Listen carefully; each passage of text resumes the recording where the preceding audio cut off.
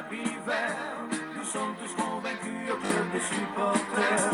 Et si certains vous trouvent un peu jojo, oui, le numéro 1, ce sera Sochaux.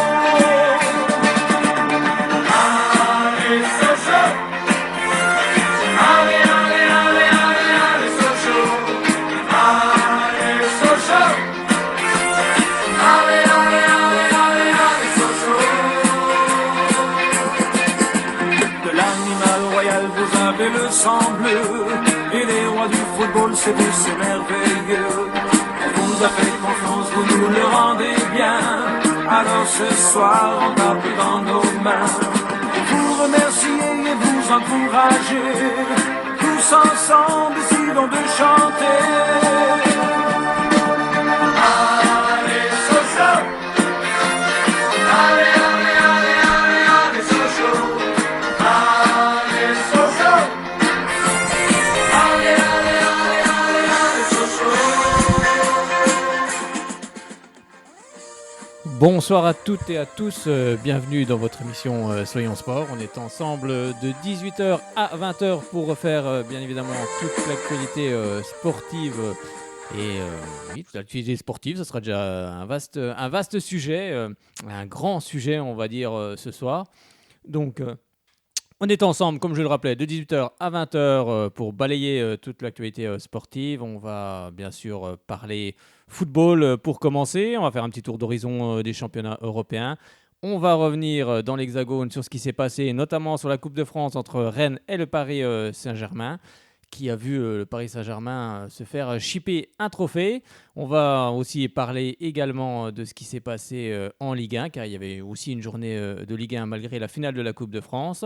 On va revenir sur ce qui s'est passé également en Ligue 2 avec la victoire du FC Sochaux-Montbéliard du côté du Gazélec Ajaccio. Une grosse bouffée d'air pour l'équipe sochalienne. On reviendra également sur ce qui s'est passé en National 2, en National 3 avec Mister Frédéric Fitch, qui est en retard, donc on l'attend, donc il viendra, il nous parlera évidemment de tout ça. Bon, il n'y a pas eu National 3 ce week-end, ni National 2, mais il nous donnera l'agenda pour le week-end prochain. On parlera également de ce qui s'est passé justement en handball également, du côté de l'ESBF qui était en déplacement du côté de Toulon. Et également le Grand Besançon du handball qui recevait Valence dans une rencontre au sommet en ce qui concerne les playoffs. On parlera également basket avec le Bezac. Enfin bref, vous l'avez compris, on fera toute l'actualité sportive. Il y a des places à gagner ce soir, notamment contre le Red Star, ce vendredi du côté du stade Bonal. On vous posera une question tout à l'heure. Et également des places à gagner pour Racing Besançon FC Sochaux Montbéliard, c'est la réserve. Ce sera le week-end qui arrive, ce samedi 4 mai du côté du stade Léo-Lagrange, mais on en reparlera tout à l'heure avec Frédéric Fitch quand il nous donnera l'agenda sportif.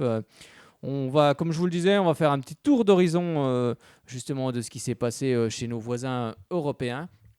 Je vous propose de partir direction l'Angleterre avec la 36e journée qui avait lieu ce week-end. Cette journée commençait déjà ce vendredi 26 avril avec Liverpool qui recevait Huddersfield. Et Liverpool s'est imposé largement face à Huddersfield, 5-0.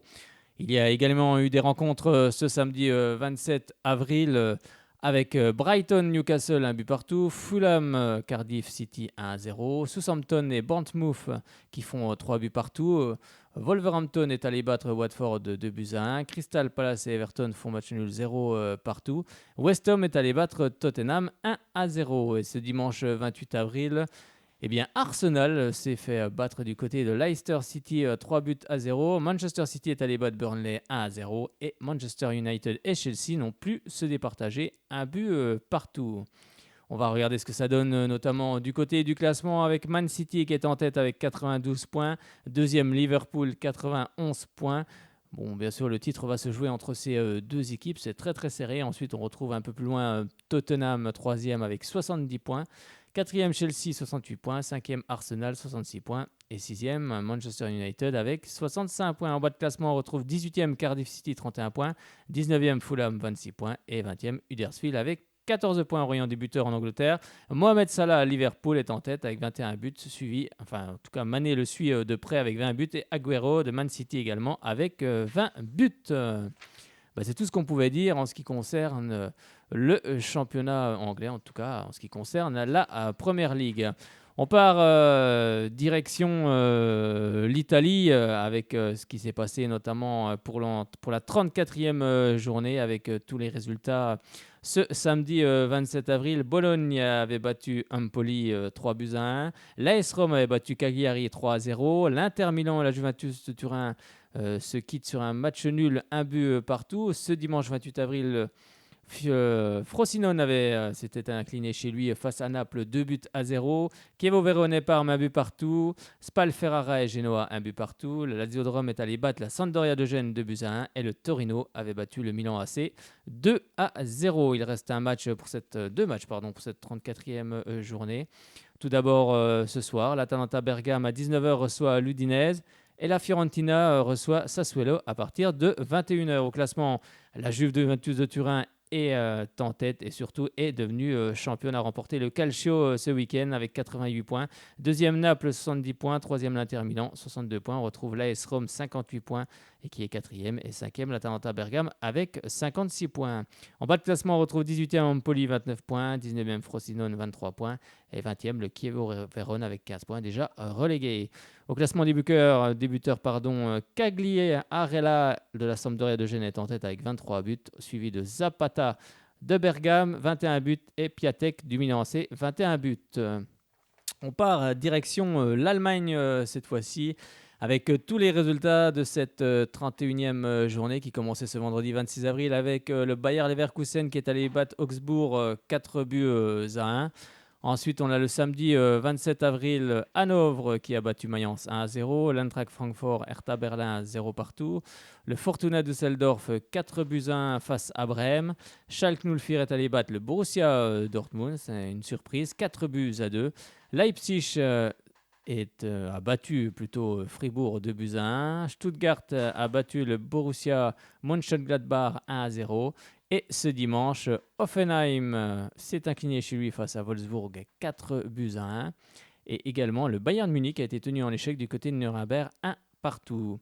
Il n'y aura pas d'autres matchs. C'est tout pour cette 31e journée. En tête, le Bayern Munich, 71 points. Deuxième, Dortmund, 69 points. Troisième, Leipzig, 64.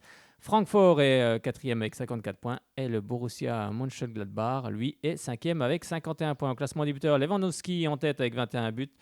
Alcacer de Dortmund, 17 buts. Et Jovic de Francfort, 17 buts également.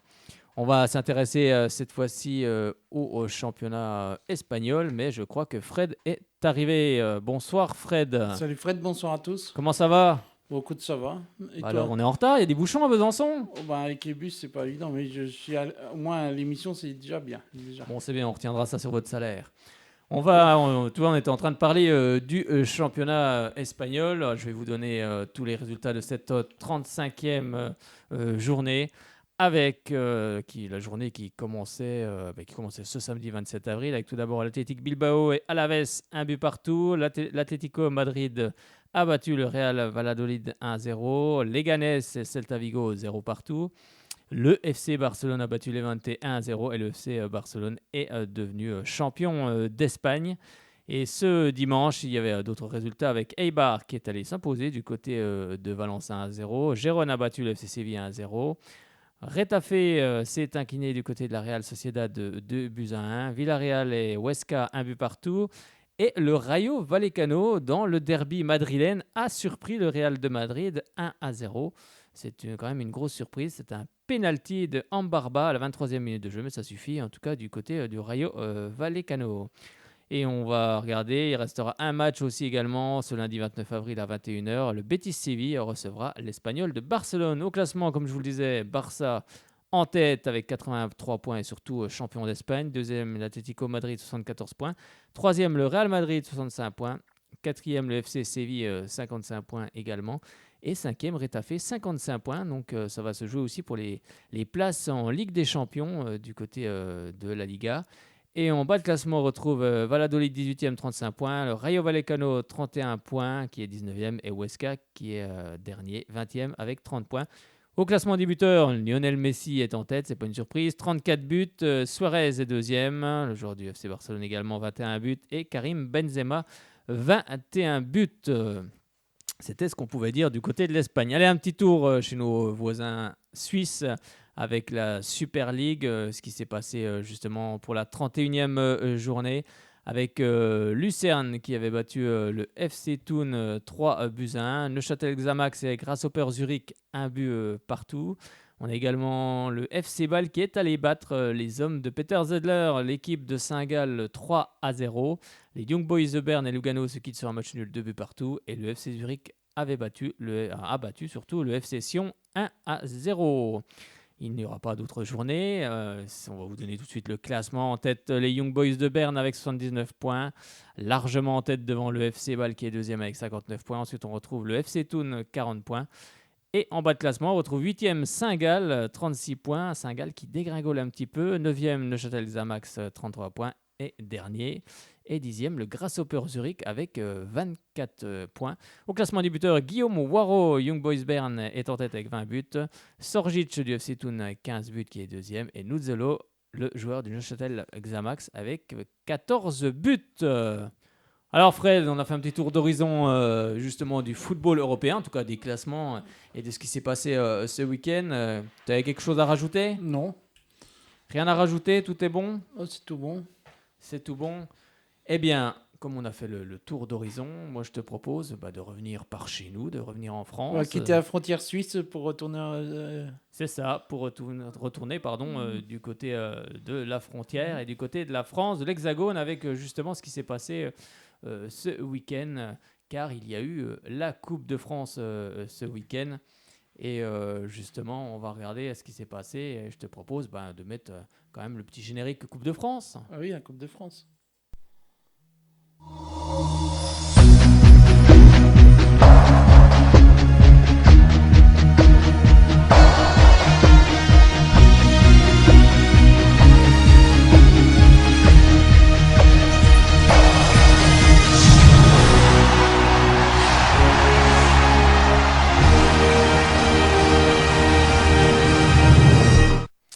Bon, est-ce que tu as suivi un petit peu cette Coupe de France ce week-end ? La finale, oui, j'ai regardé. Oui, la finale de la Coupe de France, bien évidemment. On parle Coupe de France, on parle finale entre le Stade Rennais et le Paris Saint-Germain.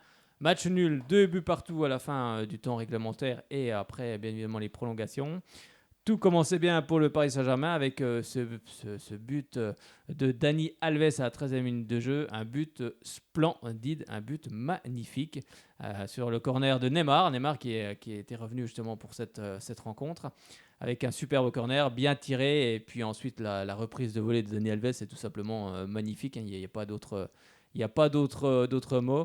Et ensuite, c'est Neymar qui va inscrire son but également à la 21e minute de jeu. Il est bien lancé en profondeur par Angel Di Maria et le petit lob. Et ça fait 2-0 pour Paris. Bon, à ce moment-là du match, on ne mettait pas un copec sur le Stade Rennais.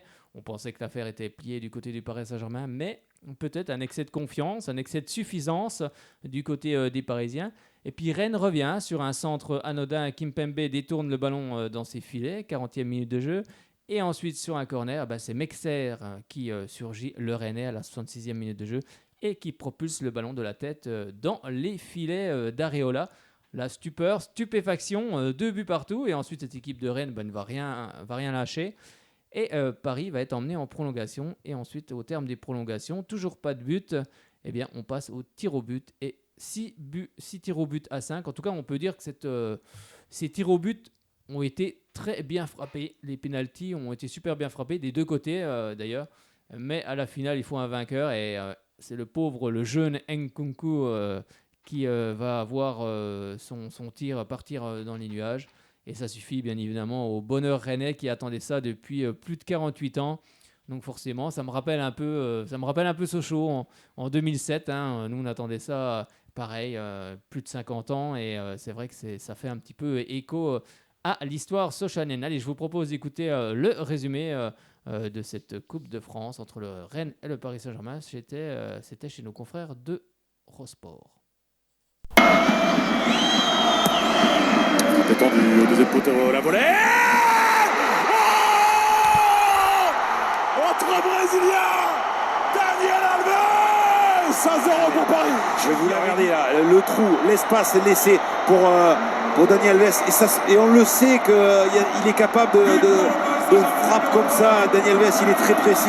On est en retard du côté rennais, on n'est pas au marquage. Avec Kylian Mbappé, André Di Maria, quelle passe pour Neymar. Oh, quelle passe. Oh, quel délice. Neymar qui signe son retour. 2-0 pour Paris. Et là, ce ballon pris au milieu de terrain en 3 passes, on se retrouve devant le but rennais. Et le geste parfait de la part de Neymar.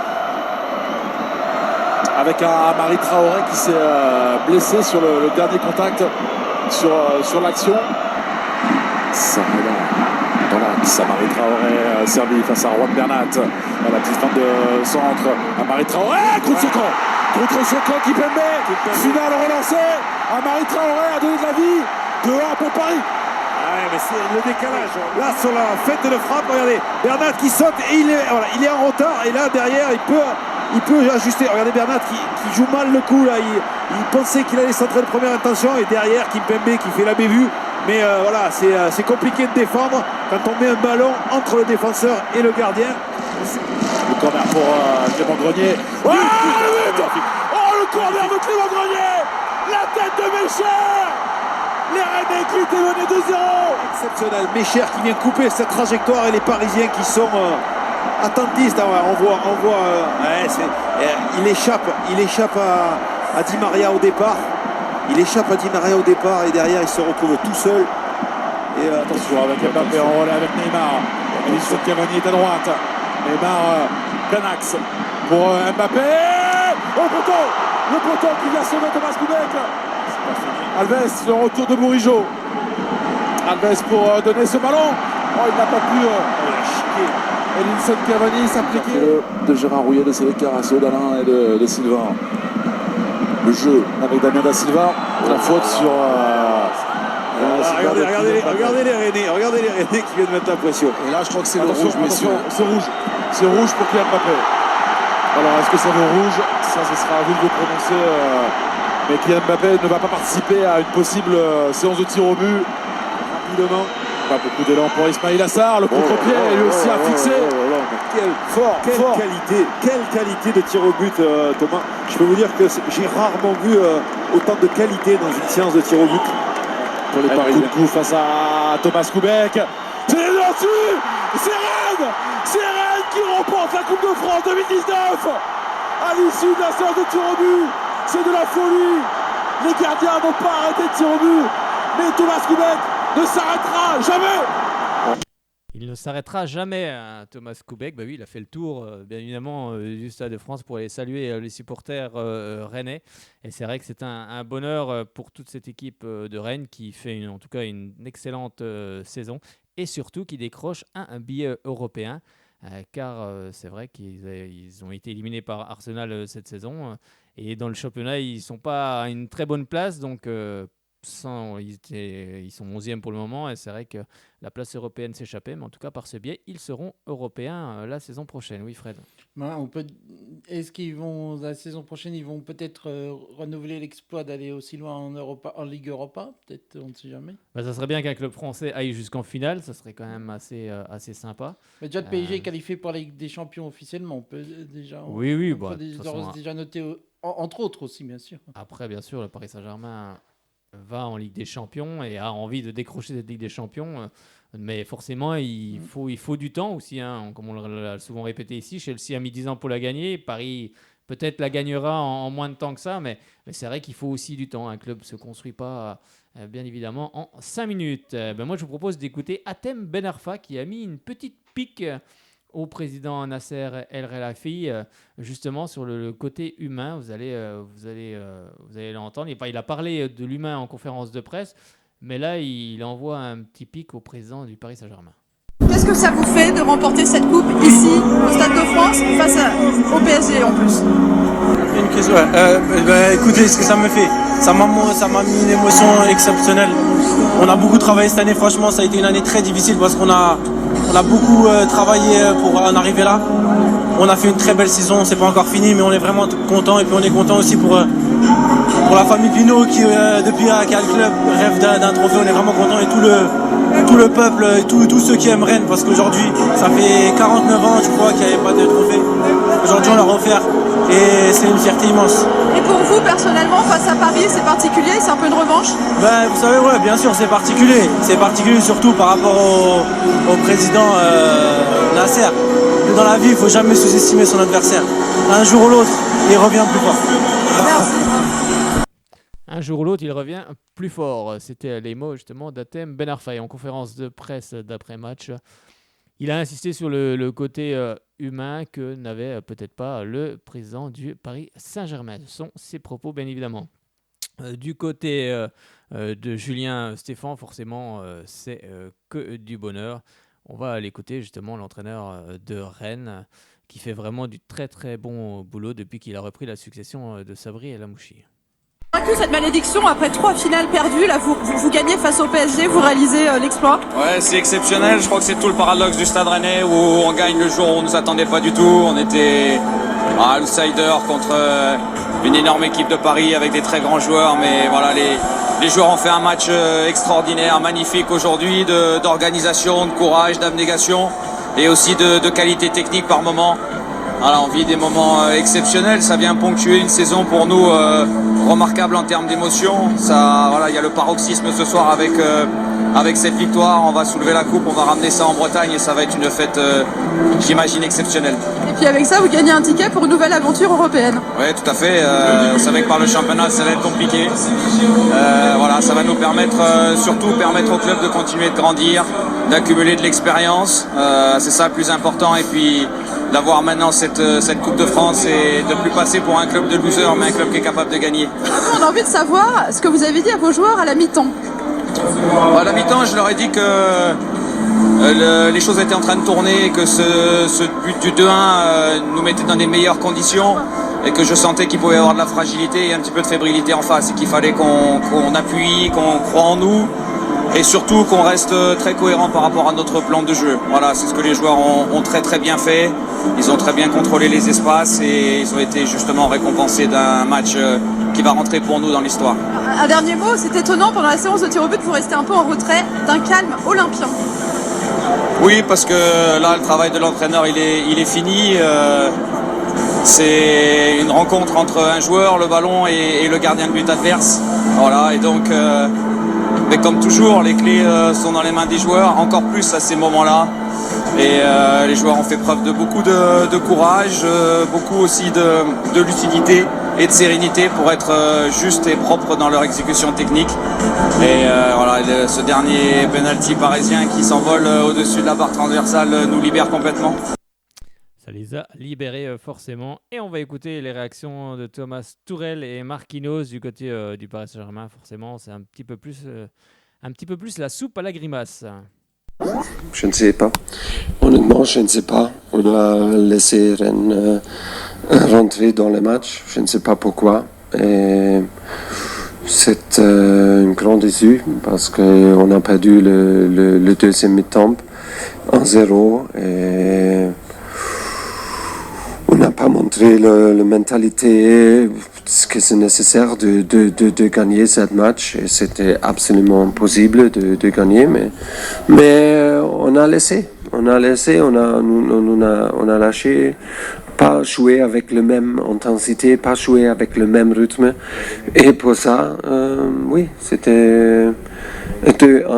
Et après, c'était pas possible pour nous de montrer notre mentalité. Okay. Je suis surpris, mais je n'ai pas une explication. Ouais, on commence bien le match, on débute bien. Après, on avait le score, on avait 2-0. Et ça se passe pas vraiment par les petits détails. Je pense qu'on a très bien démarré le match, mais physiquement, on a perdu en deuxième mi-temps. On a perdu un peu les espaces, on a perdu un peu le bloc et ils ont commencé à gagner en confiance. Mais je trouvais aussi qu'on a été supérieur pendant le match. On a eu plus d'occasions, on a eu plus de contrôle de ballon, on a été plus dangereux, on a perdu quelques buts et on a cassé des buts qu'on pouvait faire mieux. Et c'est dommage parce que des finales comme ça se passe par les détails. Et voilà, encore une fois, on a une grosse déception. Il faut rester dur, il faut rester ensemble, il faut rester soudés parce que voilà, on va recevoir des critiques partout. Nous on connaît ce qui on doit améliorer, on doit bien réfléchir à cette fin de saison pour que la prochaine on puisse faire beaucoup mieux. Et oui, pour qu'ils fassent mieux la saison prochaine, les Parisiens, c'est vrai que c'est pas une bonne saison. Hein. Ils perdent la Coupe de France. En Ligue des Champions, ils sont sortis très tôt par Manchester United. Pour le moment, le bilan de Thomas Tuchel n'est pas très bon. On va écouter bien évidemment la joie des supporters de Rennes. C'était bien évidemment après la rencontre.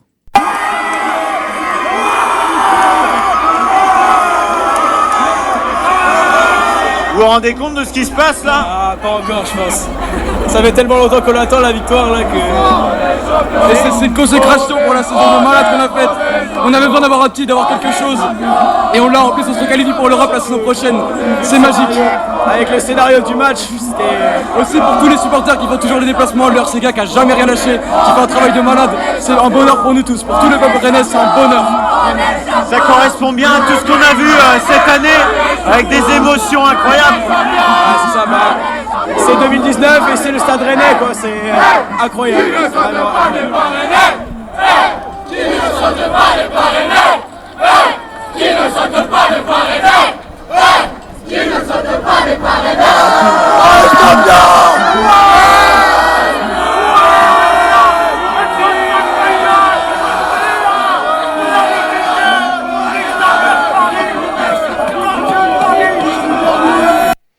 Beaucoup de joie, comme on peut l'entendre, du côté de Rennes, bien évidemment, qui n'avait pas gagné de titre depuis pratiquement 50 ans. Eh bien, on va refermer cette page Coupe de France. Et oui, le championnat, lui, reprend ses droits et surtout, on est dans la dernière ligne droite en Ligue 1. Mais je vous propose tout de suite le jingle Ligue 1 et on va regarder tout ce qui s'est passé ce week-end.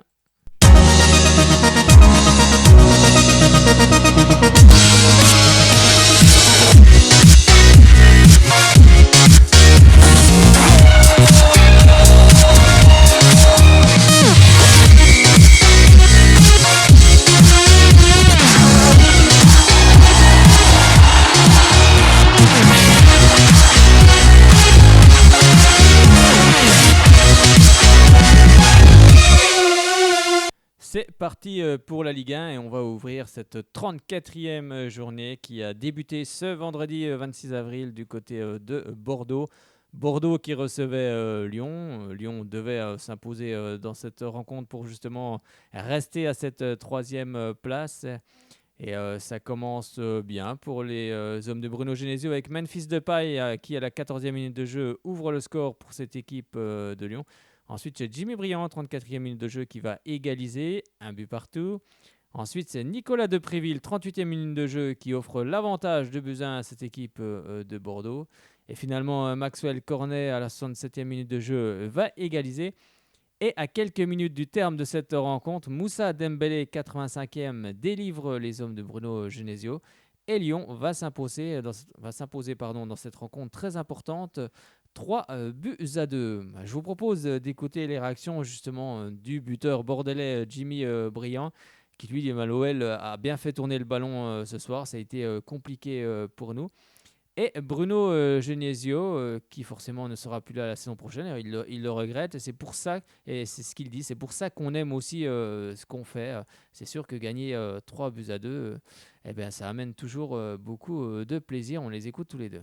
Ouais, c'est ça, une déception pour le résultat. Après, je pense qu'on peut dire qu'on a fait un match qui était correct et voilà, ce fait de jeu à la fin nous pénalise et après forcément que Lyon à 11, ça devenait injouable. Je sais pas, parce qu'ils avaient repris le contrôle du jeu, mais voilà, quand il y a 2 partout, on doit au moins garder ce résultat et que ce carton rouge nous fait mal. Maintenant c'est comme ça, on va apprendre et il ne faudra plus répéter ce genre d'erreur parce que ça fait 2 fois à domicile qu'on prend un carton rouge. Non, la tactique c'était comme d'habitude d'être un peu plus haut, mais la vérité c'est que Lyon avait le ballon et nous faisait tourner, donc c'était très dur. Mais on a su relever la tête et marquer deux jolis buts, donc c'est dommage de rien ramener ce soir. Non, on n'est pas inquiet, on savait que ça allait être compliqué ce soir. Maintenant on va bien continuer à travailler parce que je pense qu'il y a eu des bonnes choses. Et puis le prochain match, il faudra le gagner contre Angers. C'est pour ça qu'on fait ce métier, pour vivre ces moments-là. Donc là, c'est en notre faveur. C'est parfait, mais voilà, il nous reste encore 4 matchs à gagner pour beaucoup espérer. Et je crois que ce qu'on a montré ce soir, après avoir fait ce qu'on avait fait contre Angers, nous donne beaucoup d'espoir. Maintenant, il va falloir rester concentré jusqu'à la fin. De continuer à bien faire ce qu'on avait fait pendant 30 minutes, à savoir presser haut et jouer à chaque fois. On avait la possibilité de trouver de la verticalité, de permuter, de trouver du mouvement, comme on l'a fait pratiquement toute la mi-temps. Surtout de garder notre sang-froid, parce que j'étais persuadé qu'on avait les moyens de revenir et de l'emporter. Donc plutôt un discours, on va dire, de tranquillité et de sérénité, parce que les joueurs étaient bien sûr déçus et un petit peu énervés d'être menés au score à la mi-temps. Soulagé, non, parce que j'aurais bien aimé continuer, et quand je vois les matchs qu'on vient de faire, ça me confirme de ce que je pensais. Après, si je l'ai fait, si je l'ai dit, c'est par rapport à un certain nombre d'événements qui se sont passés autour de l'équipe et pour permettre à l'équipe d'être dans les meilleures conditions possibles. Parce que je sentais que le climat était beaucoup trop négatif autour de nous et que ça ne permettait pas aux joueurs et à l'équipe d'être dans les meilleures dispositions. Donc après, avec mes joueurs, j'ai toujours eu le même rapport. Il n'a pas changé avant ou après. C'est le même rapport que j'ai avec eux, qu'ils ont ensemble. Et là, il y avait beaucoup de joie, beaucoup d'émotions dans le vestiaire après cette victoire. Maintenant, le championnat n'est pas terminé. Il nous reste des matchs très très importants à jouer. C'est vrai, le championnat n'est pas terminé. Il reste encore 3 rencontres pour Lyon. On va maintenant s'intéresser au match qui avait lieu ce dimanche. Il n'y avait pas de match ce samedi en raison de la finale de la Coupe de France entre Rennes et le Paris Saint-Germain, comme on en a parlé précédemment. Et on va s'intéresser justement à ce qui s'est passé du côté d'Angers. Angers qui recevait une équipe de Reims, de Reims qui peut encore jouer l'Europe, même si ça va être sans doute un petit peu plus compliqué. Finalement, match nul, 1 but partout. Et pourtant, c'est Reims qui va ouvrir la marque par Mathieu Cafaro à la 63e minute de jeu. Et finalement, Vincent Monceau, au 71e, va égaliser pour cette équipe d'Angers. Vincent Monceau qui marque peu, bien évidemment. C'est un joueur plutôt à vocation défensive. Comme il le dit, on va l'entendre justement, on va entendre sa réaction. Je ne marque pas souvent. En plus, ce soir-là, c'était devant sa fille. Donc bravo à lui. Et on va écouter le gardien de cette équipe de Reims, Edouard Mendy, qui lui dit l'Europe, oui, les supporters l'auraient voulu, mais nous, on savait bien évidemment que ce serait compliqué. Que le ballon il va venir de mon côté. Non, mais ce qu'on avait dit à la mi-temps de jouer à l'opposé quand on c'était à gauche, parce qu'il y avait beaucoup d'espace dans mon couloir. Donc voilà, c'est ce qu'on a réussi à faire sur le but, et tant mieux. Ouais, je vois normalement il doit avoir le ballon, il rate son contrôle, donc je peux la récupérer. Et puis derrière, j'enchaîne petit pont. Mais après, avant de frapper, je regarde quand même dans l'axe s'il y avait quelqu'un pour pouvoir la décaler. Mais je vois qu'il n'y a personne, donc j'arrive bien à fixer le gardien et à la croiser. Ouais. Non, ouais, c'est mon premier but de la saison. C'était il y a Lorient, il y a 3 ans, je crois, maintenant. Donc voilà, faut savourer. Et puis c'était le premier match devant ma fille, donc c'est vraiment important de célébrer ce but-là. Ouais, c'est sûr, c'est normal. Vu que je marque jamais quasiment, donc c'est normal de se faire chambrer. Ouais, c'était bien parti là. Le match avait tout pour être parfait, mais on s'est fait rejoindre quelques minutes avant la fin. Mais je pense que le match nul est mérité dans l'ensemble. On est passé à côté de notre première mi-temps, on n'a pas frappé une fois. On s'est souvent fait prendre avec nos passes dans l'axe. On savait leur point fort, ils attendent qu'on touche l'axe pour pouvoir nous contrer. Donc on n'a pas été bon dans ce domaine, mais on a rectifié ça en deuxième mi-temps et sur un super contre, une belle action, on réussit à ouvrir le score. Maintenant, c'est dommage qu'on n'ait pas réussi à le tenir, mais je pense que le match nul est logique. Ouais, je la touche, mais il la croise vraiment bien avec beaucoup de force. Donc, il fait un super geste, bravo à lui. Et j'essaierai la prochaine de la sortir. Bon, rêve d'Europe, t'es concentré que sur le match d'après, donc c'est clair que les gens, vu le classement, ils parlaient d'Europe, mais nous on était sur au jour le jour, on était sur la rencontre qui suivait. On savait qu'on avait un très gros mois d'avril. Voilà, il est terminé, donc maintenant on va se concentrer sur ce mois de mai, les adversaires qui arrivent et toujours avec l'envie de gagner la rencontre qui suit. Toujours l'envie de gagner la rencontre qui suit. Forcément, quand on est compétiteur, on veut tout gagner. On va maintenant s'intéresser aux autres rencontres, avec tout d'abord du côté du Stade de la Licorne avec Amiens qui recevait Strasbourg. Pas de but dans cette rencontre. On va écouter l'entraîneur Christophe Pélissier qui déplore en tous les cas le nombre de blessés. Car l'avant-veille, il a eu un blessé. Le jour d'avant, un blessé également. Le jour du match, pas de blessé. Et justement, vous allez l'entendre, il en parle. Et on va écouter Matt Sells aussi, le gardien de cette équipe de Strasbourg, qui lui revient sur le fait que ce n'était pas forcément un grand match ce soir. Tous les points comptent. Je crois que oui, on a une semaine qui a été compliquée jusqu'à depuis 48 heures, on perd pratiquement un joueur par jour. Donc jusqu'à ce matin, Thomas qui était malade et qui n'a pas pu jouer. Hier c'était Prince. Donc on se demandait qu'est-ce qui va nous arriver encore aujourd'hui. Donc je crois que c'est un match où sur notre temps fort, sur les 20-25 premières minutes, avec un peu plus de justesse technique, on aurait pu ouvrir le score, qui aurait changé beaucoup de choses parce que on est tombé face à une équipe de Strasbourg qui était venue vraiment pour fermer la boutique. Ils étaient fait une ligne de 5, une ligne de 4. Et par rapport à ça, avec la densité qu'il y avait défensive, il fallait avoir de la justesse. On n'a pas su faire sauter le verrou. Et après, sur ces matchs-là, on sait toujours comment ça se passe. Il y a toujours la petite erreur de déconcentration ou le talent adverse qui te fait perdre le match. Donc, s'il y a un seul point à retenir, c'est qu'on n'a pas pris de but et qu'on continue d'avancer. C'était pas un grand match, mais il y a des matchs comme ça dans la saison. Et comme j'ai dit, la seule chose qu'on doit garder, c'est le 0-0. Le dernier match, on a pris 3 buts. On doit essayer d'éviter. 3 buts, c'est trop. Mais je suis très content avec le 0. Et après, tu peux rien faire derrière. J'essaye de faire mon travail. Et comme j'ai dit, tu peux rien faire en plus. Il pouvait rien faire de plus, le gardien de Strasbourg. On passe cette fois-ci à Lille. Lille qui est second. Et Lille qui recevait une équipe de Nîmes qui va en tous les cas, on va dire, couler à pic en seconde période, car ils vont prendre 5 buts, les joueurs de Nîmes, avec tout d'abord Loïc Rémy à la 51e minute de jeu, ensuite Jonathan Bamba à 64e, Zeki Selik 70e, Nicolas Pepe à 81e, et Rui Font, 90e minute de jeu. Ça fait 5-0. L'addition est lourde pour cette équipe de Nîmes qui a complètement craqué pendant cette seconde période. On va écouter la réaction de Christophe Galtier, justement, qui revient sur une première mi-temps compliquée, mais une excellente deuxième partie de match où Lille va inscrire 5 buts. Et on écoute aussi Bernard Blacard qui lui revient sur le fait que Lille est tout simplement plus fort, il n'y a pas photo. On a eu une première période quand même difficile où Nîmes est arrivé à nous contenir. On a manqué, je trouve, en première période beaucoup de mobilité, beaucoup de vitesse dans nos transmissions. On touchait un peu trop le ballon, peu de mouvement, mais c'est lié. Quand on touche souvent le ballon, il n'y a pas de mouvement. Et quand il y a peu de mouvement, on touche souvent le ballon.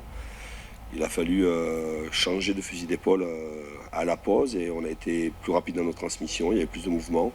Peut-être que l'adversaire avait fourni beaucoup d'efforts pour nous contenir, mais ils ont fait eux une très bonne première période et nous on a fait une magnifique deuxième période. Oui. Non, c'était pas les piquets, les matchs sont difficiles et il ne faut pas croire que parce qu'on est second du championnat, on se présente sur le terrain et qu'on va nous laisser faire. Simplement, je leur ai demandé de réduire le nombre de touches de balles dans des zones très précises et de créer beaucoup plus de déplacements et de mouvements pour enfin créer des brèches. Il y avait un certain José Mourinho dans les tribunes. Vous avez parfois regardé vers cette tribune. Non, je regarde mon épouse. Pardon, alors très bien, c'est aussi une belle chose. En tout cas, José Mourinho, sa présence à José Mourinho est importante pour vous. Comment vous l'avez vécu? Est-ce qu'il y a un effet Mourinho?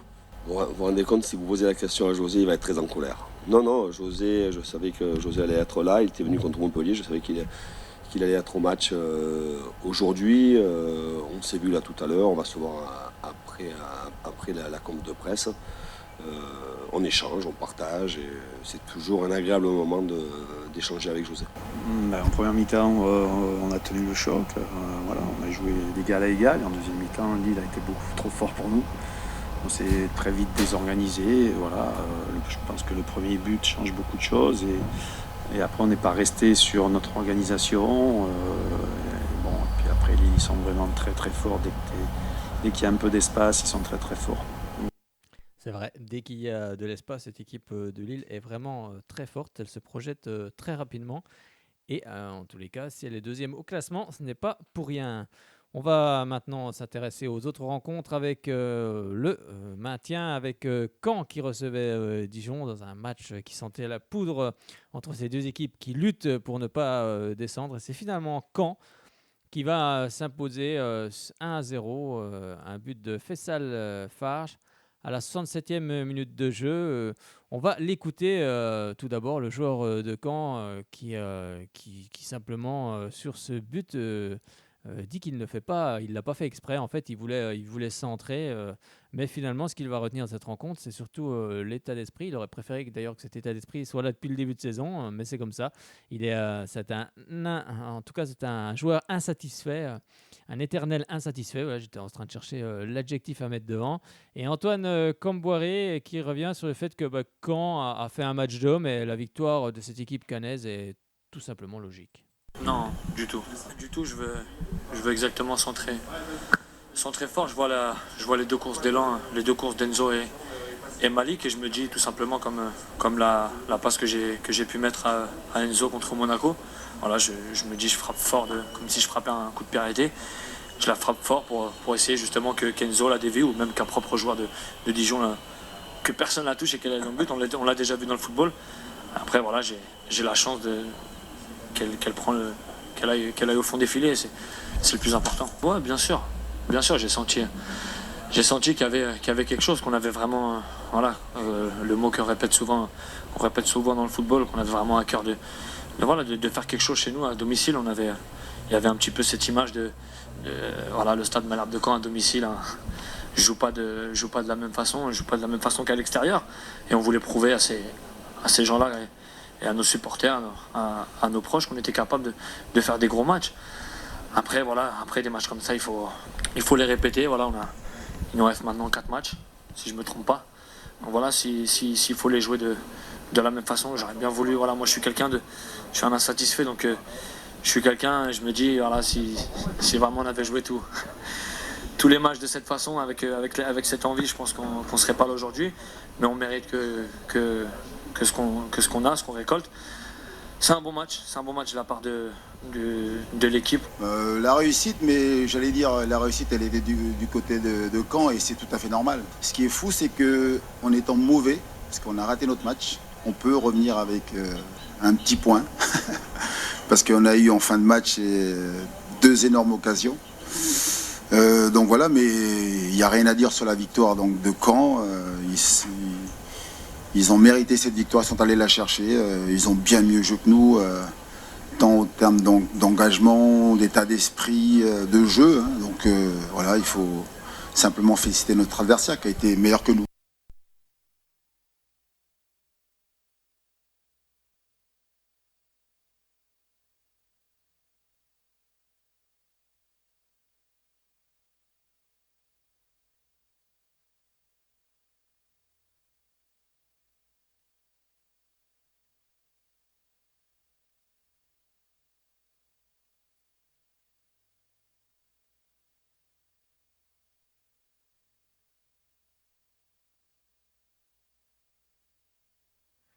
Oui, nous voici. Il y a eu une petite interruption avec le son. On va partir du côté de Nice cette fois-ci, avec Nice qui a battu Guingamp 3-0. Des buts de Attal, un triplé pour le joueur niçois, 9e, 68e et 73e minute de jeu. Ça fait 3-0 pour cette équipe de Nice, pas forcément les affaires de Guingamp. Et on va justement l'écouter, Youssef Attel, qui revient sur son triplé. Et également, on lui rappelle qu'un autre joueur algérien, Chérif Oudjani, passé par Sochaux, avait lui aussi réalisé ce triplé. Et du côté de Jocelyn Gourvenec, forcément, on lui pose la question s'il est inquiet. Et il revient sur le fait que cette équipe ne va rien lâcher. Je suis très heureux pour aujourd'hui, pour le match. Et aujourd'hui, on n'a pas le droit à l'erreur. Et on a parlé qu'il faut gagner parce qu'on a fait un échec déjà la semaine passée. Et on voulait le gagner le match, mais dommage. On n'a pas le gagné, mais aujourd'hui, on a parlé comme des hommes au vestiaire et on a dit il faut qu'on gagne ce match. Et il ne reste pas beaucoup de matchs, il faut qu'on donne à fond et c'est le moment pour donner à fond et pour essayer de ramener le maximum des points. Je préfère comme un arrière droit, mais le coach il a besoin de jouer. On attaque dans ailier. Je fais mon possible pour jouer ce rôle et je fais ce qu'il me dit l'entraîneur. Ouais, cette saison, on ne marque pas beaucoup de buts et les buts qu'on marque ils sont décisifs à chaque fois qu'on marque des buts, on gagne des matchs. Il faut continuer à travailler pour marquer plus de buts et je suis très heureux d'être avec les meilleurs buteurs de Nice. Un dernier mot, Youssef, le dernier Algérien à avoir inscrit un triplé en championnat de France. Vous savez à quand ça remonte? Quelle année? C'était en 1985, c'était Chérif Oudjani. Ça doit vous faire quelque chose quand même? Ouais, je connais ce nom et ça me fait plaisir d'être un Algérien qui met le triplé et je suis très heureux aujourd'hui. Je marque les 3 buts et le plus important, on gagne le match. De toute façon, on reste mobilisé sur notre fin de saison. On a toujours répondu présent sur nos matchs à domicile quand on était dos au mur. On le sera encore samedi. Voilà, on va se mobiliser pour ça. Il faudra vite évacuer cette défaite qui ne fait pas plaisir, avec 3 buts d'écart. Voilà, on a un groupe qui est concerné, qui ne lâche pas, qui s'entraîne bien. Mais après, c'est pas suffisant pour le moment. Il va falloir qu'on soit capable d'aller gagner à l'extérieur aussi, tout en gagnant nos 2 derniers matchs. On connaît la donne.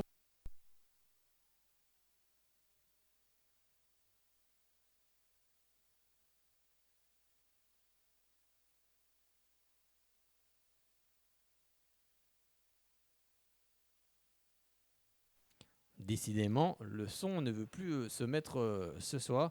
Mais ça y est, on l'a retrouvé. Allez, on va maintenant regarder ce qui s'est passé du côté du match qui avait lieu à 17h. C'est entre Saint-Etienne et Toulouse. Saint-Etienne qui s'impose dans la course pour l'Europe, voire la Ligue des Champions, pas que l'Europa League. S'impose 2-0, un doublé pour Robert Beric, 2e et 10e minute de jeu. Finalement, la Saint-Etienne a bien fait de prolonger ce joueur. C'est surtout Romeyer qui a insisté pour qu'on le prolonge. En tout cas, c'est une bonne chose car il a fait un doublé. On va écouter tout de suite la réaction de Loïc Perrin. Et je vous donne celle de Max-Alain Gradel du côté de Toulouse. Il a simplement dit « Nous avons très mal commencé ce match et après une telle entame face à une équipe comme Saint-Etienne, c'est trop difficile de revenir. Nous nous sommes rendus le match difficile seuls. » Ce n'est pas Stéphane Ruffier le fait qu'il me connaisse bien qui joue sur ce pénalty, oui, car Max-Alain Gradel a eu un pénalty. En ce moment, je ne suis pas en forme sur cet exercice-là. Il y a des moments comme ça. Le plus important, c'est de ne pas lâcher. Croyez-moi, je ne vais pas lâcher. Je ne vais pas fuir mes responsabilités. Le plus important, c'est que je cadre mon tir. Après, il ne faut pas oublier qu'il y a des bons gardiens en France. Il faut continuer à travailler et ne pas baisser la tête. On va écouter tout de suite Loïc Perrin qui lui dit « La Ligue des Champions, mais pourquoi pas ?» Ouais, les performances sont bonnes, les résultats sont bons aussi, c'est le principal, surtout en fin de saison, comme ça, dans le sprint final. Après, quand on attaque le match de cette façon, forcément que ça nous facilite le reste du match. Voilà, on aurait aimé mettre ce 3e pour se mettre à l'abri. Ruff fait l'arrêt qu'il faut sur penalty pour pas relancer Toulouse, donc c'est une soirée parfaite. On s'accroche, on n'est pas loin, après on n'est pas maître de notre destin aussi, puisqu'on a encore 3 points de retard. Mais voilà, on se concentre sur nous. Mais on est encore dans la course, on est encore là, donc c'est plutôt bon signe. Ouais, je pense que j'ai jeté un petit coup d'œil, c'est important, ouais. Bah là, il n'a pas encore parlé, et puis c'est pas quelqu'un qui parle forcément à chaud. Donc voilà, on va savourer cette victoire, parce qu'il faut savourer les victoires, c'est dur de gagner des matchs. On va savourer celle-ci, et puis se concentrer pour la semaine prochaine à Monaco.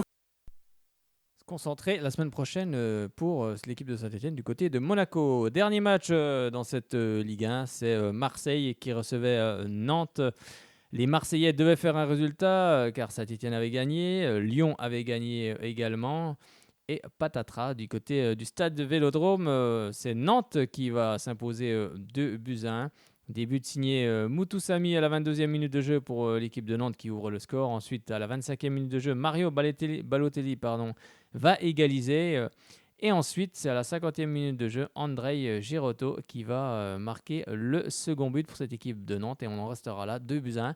C'est pas une bonne opération pour cette équipe de Marseille et surtout pour Rudy Garcia qui dit simplement on est fautif. C'est pas une bonne opération ce soir. Il est forcément en colère, l'entraîneur de Marseille. Et le défenseur central de Nantes, Nicolas Palois, a simplement dit c'est l'OM qui avait la pression. Mais ça fait du bien de s'imposer au stade Vélodrome. Ben voilà, la réponse est dans la question, mais c'est vraiment une très mauvaise opération mathématique, évidemment. Ceux qui étaient devant nous avaient gagné avant et on n'a pas été capable de gagner alors qu'on était à domicile. Donc voilà, c'est de notre responsabilité. Vous avez vu le match comme moi, on l'a bien entamé, mais après on fait une erreur sur le premier but, comme tant d'autres cette saison. Après on a mis un beau but pour égaliser, on a des opportunités en première période pour prendre l'avantage, mais en deuxième c'est trop peu. Si vous regardez les stats, on a tiré 17 fois, on a cadré 2 fois. Comment vous voulez gagner un match de Ligue 1 chez soi en cadrant 2 frappes?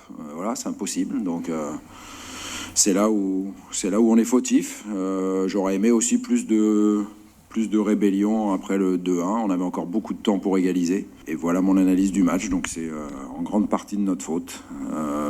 Voilà, maintenant on a juste à gagner vendredi pour de nouveau essayer de réduire l'écart vis-à-vis de ceux qui sont devant. On ne peut rien faire d'autre. C'est un domaine où on marquait peu, très peu. Et là, on est plutôt bien, donc c'est une bonne chose. Il faut continuer, on sait qu'on a de la taille dans l'équipe. Et en ce moment, on a de la réussite, donc il faut continuer tout simplement. Déplacement à Marseille, je pense que c'est à eux de gagner. Je pense qu'on n'avait rien à perdre, il ne fallait pas repartir avec une défaite. Je pense que voilà, on a bien travaillé, on a travaillé ensemble, tout le monde a fait le boulot, même devant ils ont défendu, voilà, tout le monde travaille, c'est une bonne chose, c'est une bonne série pour Nantes, il faut la continuer. C'est une bonne série pour Nantes, c'est vrai, il faut la continuer, comme le dit le défenseur central Nicolas Palois. Il restera bien évidemment 2 matchs. Montpellier et Paris Saint-Germain, ce sera donc ce mardi 30 avril pour le compte de cette 34e journée à 19h. Et le mercredi 1er mai à 19h également, Rennes recevra Monaco. Sans doute un excellent match aussi également avec une équipe rennaise qui forcément a engrangé beaucoup de confiance. Au classement des buteurs, Kylian Mbappé est toujours en tête avec 30 buts. Derrière Nicolas Pepe, le Lillois, 20 buts. Et Edinson Cavani, le Parisien, avec 17 buts. Prochaine journée, ce sera donc ce vendredi 3 mai avec le début de cette 35e journée avec à 20h45 Strasbourg-Marseille. Ce samedi 4 mai, poursuite de cette 35e journée avec le Paris Saint-Germain-Nice à 17h. Bordeaux-Angers à 20h. Guingamp-Caen à 20h. Reims-Nîmes à 20h. Dimanche 5 mai, poursuite de cette 35e journée et fin de cette 35e journée avec à 15h Toulouse-Rennes, Nantes-Dijon, Montpellier-Amiens, ensuite à 17h Monaco-Saint-Etienne et le grand format de cette 35e journée, ce sera l'Olympique lyonnais qui recevra Lille. Donc si Lille s'impose du côté de Lyon, Lille aura fait un grand pas vers la Ligue des Champions. Juste un petit mot pour vous dire ce qui va changer la saison prochaine en ce qui concerne justement les règles du jeu, car il y a un changement majeur, notamment sur la faute de main. C'est vrai que ça a été beaucoup discuté cette saison. Alors, c'est vrai que c'est un des grands changements. Donc, la nature involontaire de la main dans la surface de réparation en position offensive donc, va disparaître. Et une faute de main qui amène un but, soit directement ou indirectement, sera désormais sanctionnée. Cela évitera sans doute les discussions avec les arbitres. Ce qui concerne les murs de défense, alors les attaquants ne pourront plus s'immiscer dans un mur de défense comme on le voit trop souvent justement pour gêner les joueurs adverses. Donc l'IFAB demande désormais que chaque joueur en position offensive se trouve à 1 mètre minimum du mur. En ce qui concerne le penalty, alors pour le moment un gardien doit avoir les 2 pieds sur la ligne de but lors d'un penalty. À partir de la saison prochaine, ce sera terminé. Le dernier rempart pourra n'en poser qu'un seul. Donc ce sera un vrai avantage face à l'attaquant. Le coup de pied de but, habituellement appelé le renvoi au 6 mètres, tout simplement, ou le dégagement au 6 mètres, donc doit être touché par un deuxième joueur en dehors de la surface. Afin d'accélérer le jeu, l'IFAB a décidé que ce ne sera plus le cas.